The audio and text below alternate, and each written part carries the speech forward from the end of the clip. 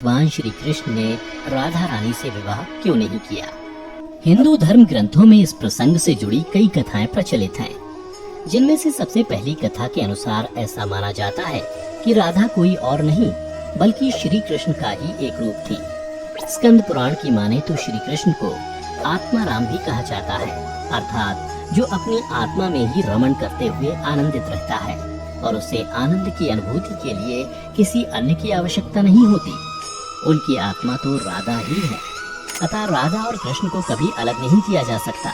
ऐसे में फिर राधा और श्री कृष्ण के विवाह होना और बिछड़ने का सवाल ही नहीं उठता। श्री कृष्ण ने ही खुद को दोनों रूपों में प्रकट किया है। ये भगवान का एक मनोरम रूप है। पुराणों में उनके इस रूप को रहस्य, अध्यात्म और दर्शन से जोड़कर देखा गया। वहीं ब्रह्म वैवर्त पुराण में वर्णित कथा के अनुसार श्री कृष्ण के साथ राधा गोलोक में रहती थी। एक बार उनकी अनुपस्थिति में श्री कृष्ण अपनी दूसरी पत्नी विरजा के साथ घूम रहे थे।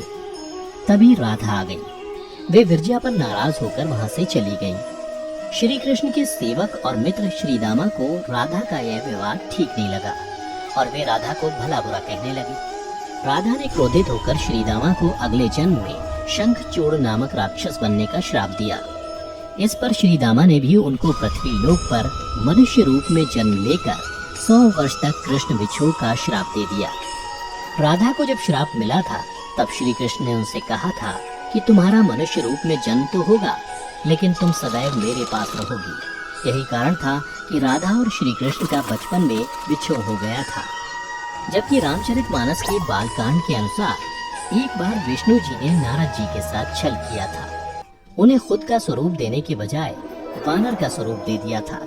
इस कारण वे लक्ष्मी जी के स्वयंवर में हंसी का पात्र बन गए और उनके मन में लक्ष्मी जी से विवाह करने की अभिलाषा ही रह गई थी।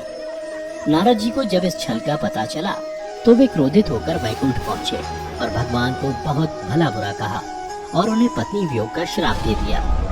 नारद जी के श्राप की वजह से रामावतार में भगवान रामचंद्र जी को सीता का वियोग सहना पड़ा था और कृष्णावतार में देवी राधा का। इसके अलावा एक अन्य पौराणिक कथा के अनुसार राधा श्री कृष्ण से 5 वर्ष बड़ी थी।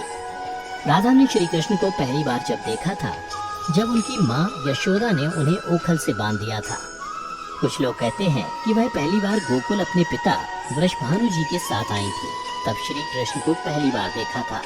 जबकि कुछ विद्वानों की माने तो कृष्ण और राधा की पहली मुलाकात संकेत तीर्थ पर हुई थी।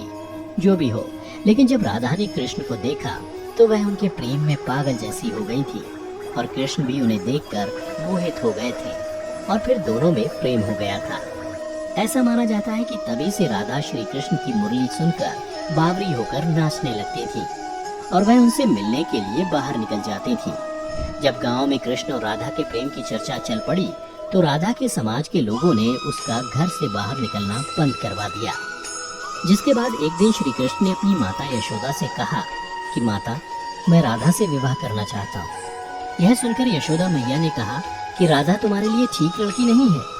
पहला तो यह है कि वह तुमसे 12 साल बड़ी है और दूसरा यह है कि उसकी मंगनी रायाण के साथ पहले से ही हो चुकी है और वह कंस की सेना में है जो अभी युद्ध लड़ने गया है।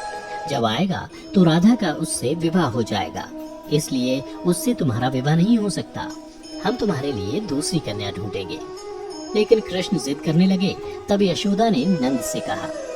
कृष्ण ने नंद की भी बात नहीं मानी। तब नंद बाबा कृष्ण को गर्ग ऋषि के पास ले गए। गर्ग ऋषि ने कृष्ण को समझाया कि तुम्हारा जन्म किसी खास लक्ष्य के लिए हुआ है। इसकी भविष्यवाणी हो चुकी है कि तुम तारणहार हो। इस संसार में तुम धर्म की स्थापना करोगे। तुम्हें इस ग्वालन से विवाह नहीं करना चाहिए। तुम्हारा एक खास लक्ष्य है। तब श्री कृष्ण कहते हैं कि मुझे नहीं बनना तारणहार। मैं तो अपनी गायों, ग्वालनों और इन नदी पहाड़ों के बीच ही रहकर प्रसन्न और आनंदित हूँ। और यदि मुझे धर्म की स्थापना करनी है तो क्या मैं इस अधर्म के साथ शुरुआत करूँ कि जो मुझे चाहती है और जिसे मैं प्रेम करता हूँ उसे छोड़ दूँ? यह तो न्याय नहीं है। गर्ग मुनि हर तरह से समझाते हैं, लेकिन कृष्ण नहीं समझते हैं। तब गर्ग मुनि उन्हें एकांत में यह रहस्य बता देते हैं कि तुम यशोदा और नंद के पुत्र नहीं, देवकी और वासुदेव के पुत्र हो और तुम्हारे माता पिता को कंस ने कारागार में डाल रखा है। यह सुनकर श्री कृष्ण कुछ भी कहने की स्थिति में नहीं रहे और फिर उन्होंने कहा कृपया मेरे बारे में कुछ और बताइए। तब गर्ग मुनि ने कहा कि नारद ने तुम्हें पहचान लिया है और तुमने अपने सभी गुणों को प्रकट कर दिया है। तुम्हारे जो लक्षण इस ओर संकेत करते हैं कि तुम ही वह महापुरुष हो जिसके बारे में ऋषि मुनि चर्चा करते हुए आ रहे हैं। यह सुनकर श्री कृष्ण चुपचाप उठे और गोवर्धन पर्वत की सबसे ऊंची चोटी पर जाकर अकेले आकाश को देखने लगे। बस वे वहीं दिन भर रहे और सूर्यास्त के समय ज्ञान को उपलब्ध हो गए। वहीं से उनकी दशा और दिशा बदल गई। फिर उसके बाद श्री कृष्ण कंस के बुलावे पर वृंदावन छोड़कर मथुरा चले गए और इधर राधा का विवाह यशोदा के भाई प्रायाण से हो गया।